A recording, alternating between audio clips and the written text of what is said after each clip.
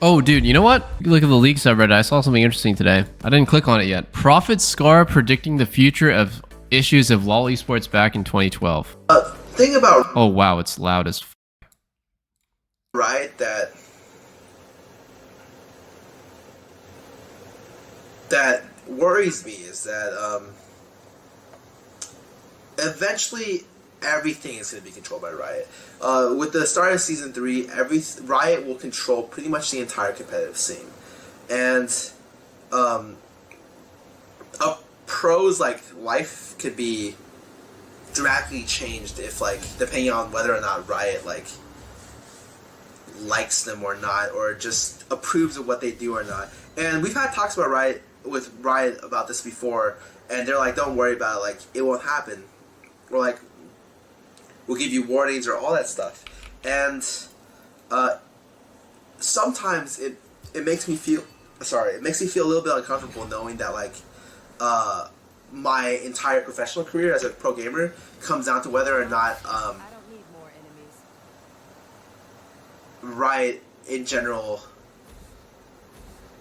How do I say this? I don't fall on Riot's bad side. Yeah.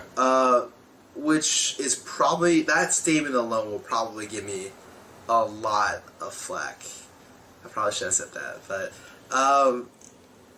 aside from that, I feel like there's been a lot of statements recently, and I think Toby Wan's Real Talk got released about how Riot has artificially inflated the League of Legends competitive scene. And to be honest, these were statements that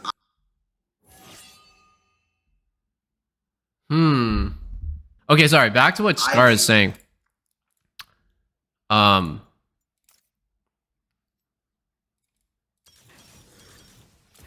Fucking Draven Nami. Sorry, back to what Scar is saying. I actually I've heard from multiple people that some of the higher ups and within LCS broadcast legit hate me. It could be because they don't like they just don't like me for the shit talking or the BM, or it could be that they don't like that I was super critical of the broadcast throughout my entire career because some of the shit they do is super boomer. But I've heard from many people that the higher ups within LCS do not like me, and that's part of the reason why when I came back to compete on 100 Thieves last year, they would never interview me even when I was hard smurfing the game. I would drop an insane carry performance when we didn't win that often, but when we did win, sometimes I would just drop an insane performance and they would interview someone else because the people within the broadcast get to decide who goes up on and gets interviewed. So I think to a small extent, Scar is right, to a very small extent, but at the end of the day, nothing that LCS could do, even if the people in charge of LCS don't like me, they can't affect my career in a meaningful way. I think for the up-and-coming players, they definitely can. That's just an issue with maybe, I don't know, that's just an issue with anybody being in control of it. But I don't think that what Scar said came to happen, actually.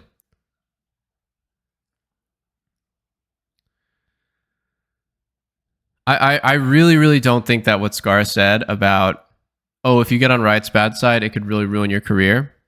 I don't think that happened. I think the main thing that ruins pro player careers is poor performances and probably burning the... I think more importantly than getting on Riot's bad side is getting on the bad sides of the general managers of the teams, because let's just say once you are blacklisted by this a general manager of one or two teams, you have all of a sudden lost so much leverage in your career because you would only be viable as a player for a couple rosters. Now one of them potentially drops out because the GM does not like you. But this is something that I think every competitive player in every scene has to deal with. So I don't think it's unfair. I don't think it's right, that's for sure, but I don't think it's definitely not perfect, but I don't think that what Scar said... Very, very early into the competitive scene, I was like, Riot is artificially inflating the competitive scene. They're not allowing natural growth, which at the time, I was like, that is a bad thing.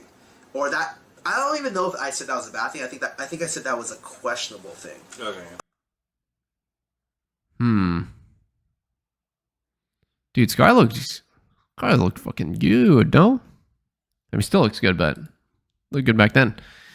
They're still pissed. You said everyone else's trash didn't drop. No, that's not why. I have no idea why. I don't want to talk to these guys, to be honest. You know, it is what it is. I'm trying to think about what Scar said. You know, did they artificially inflate the scene? Yeah, I think that Riot created a bubble for LCS with franchising, and what followed was Overwatch League bubble burst. You know, they like copied. Everyone copied Riot because I think LCS was the first and the best of its time. Kind of like monopolized pro scene, and it was extremely successful. 500,000 viewers every single finals. CLG versus TSM. It's Cloud9, you know, hundreds of thousands of viewers. The most popular esport, the most popular game in the world, the most hype, the coolest plays, the coolest storylines. I think they honestly did everything right up until a certain point. And maybe you could say like, oh, maybe that was franchising. That's when it tipped. You know, that's when it became too corporate. That's when it became too inflated. Franchising was good for players, though. I'll tell you that much. It was good for players. It was good for teams. It might not have been good for the viewers. Probably wasn't good for the viewers in some ways. Yeah.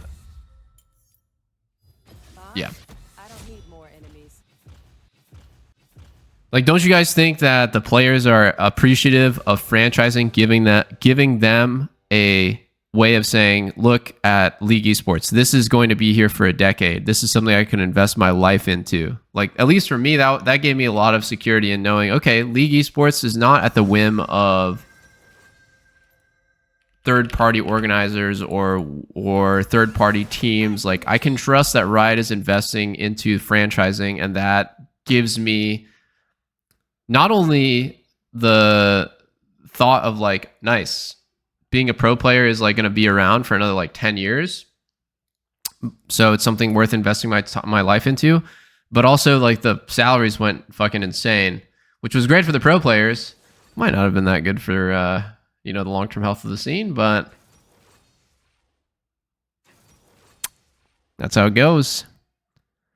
Allowing other non-franchise team chances to compete in certain tourneys. Yeah, no, that definitely should have happened. Should have happened a while ago.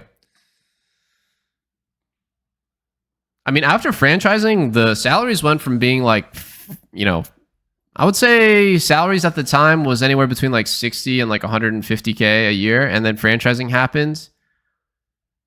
And the salaries were averaging at like fucking like after like a year or two after the dust settled, the salaries were averaging at like 300K. So basically the worst player in LCS was probably getting paid about 200 to 300K. And the best players were getting like $1 million contracts. So that was, I think every pro player appreciates franchising. That would not have happened without franchising. But I understand from the viewer perspective, it's like that might have felt like the beginning of the end for some people.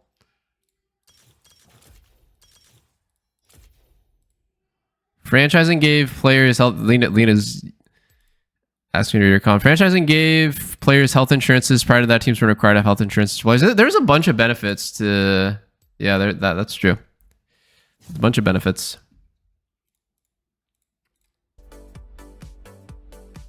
F the scene in the long term. I don't think that's ever a win. Not really. You really think that League of Legends without franchising is going to continue to be extremely popular in America? I mean, this is where we could just disagree. No one is ever going to know, but I don't think if LCS doesn't franchise and stays unfranchised, that League is in a better spot in that alternative universe. Like, the thing is, people in America just got bored. We're not the best at League. We go to Worlds and get smashed every single year. It's embarrassing. Shooting games have always been really popular in America. We watch our COD teams, Valorant teams, Rainbow Six Siege teams go, Apex teams. They go to international tournaments. They perform really well. Just a really, really, really big fucking culture within America, right? Like, when I was growing up, like fucking the biggest games was Call of Duty and Halo. So I think that it's kind of wishful thinking that it like accelerated the death of League or something like that. I think it probably extended the lifespan, to be honest. But this like, by the way, guys, it's a fucking computer game. I just hope you realize this. League of Legends, it's a free to play computer game. It's not that serious. The fact that like so many people were able to make a living off of this computer game is a fucking blessing. Like, it's actually a miracle.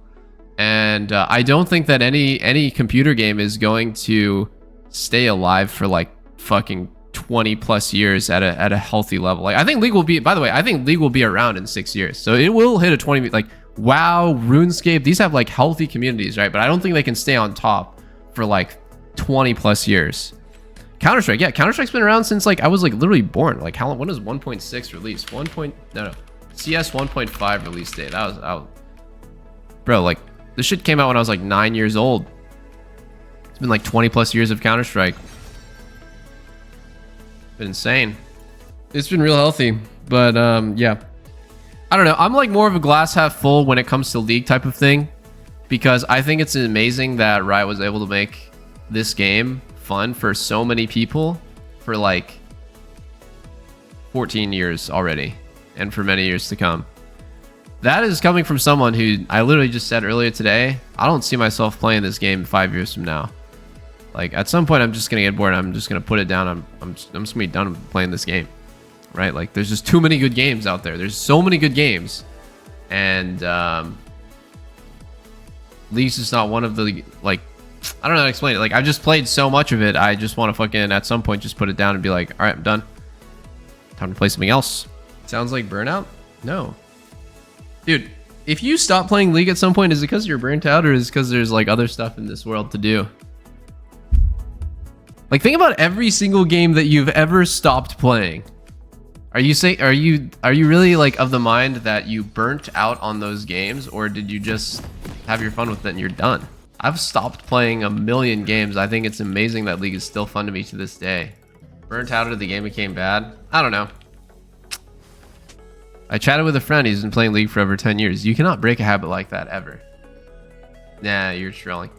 If I wasn't streaming, I wouldn't play. Bjergsen played this game every single day for 11 years. From season 2, every single day he played until season 13. Every single day he played this game, 12 hours a day, slaved away, probably loved 99% of that time. Hasn't touched the game ever since he retired. If it wasn't for streaming, I don't know if I would play. I would like occasionally hop in and play Clash or Flex, right? But I think like it's not like I'm like a fucking drug addict. Like, I'm never touching the needle again, boys. But I just mean, like, you know, generally, you know what I mean when I say like quit, right? Like, I'm not gonna be playing the game regularly outside of some super like circumstances. Oh,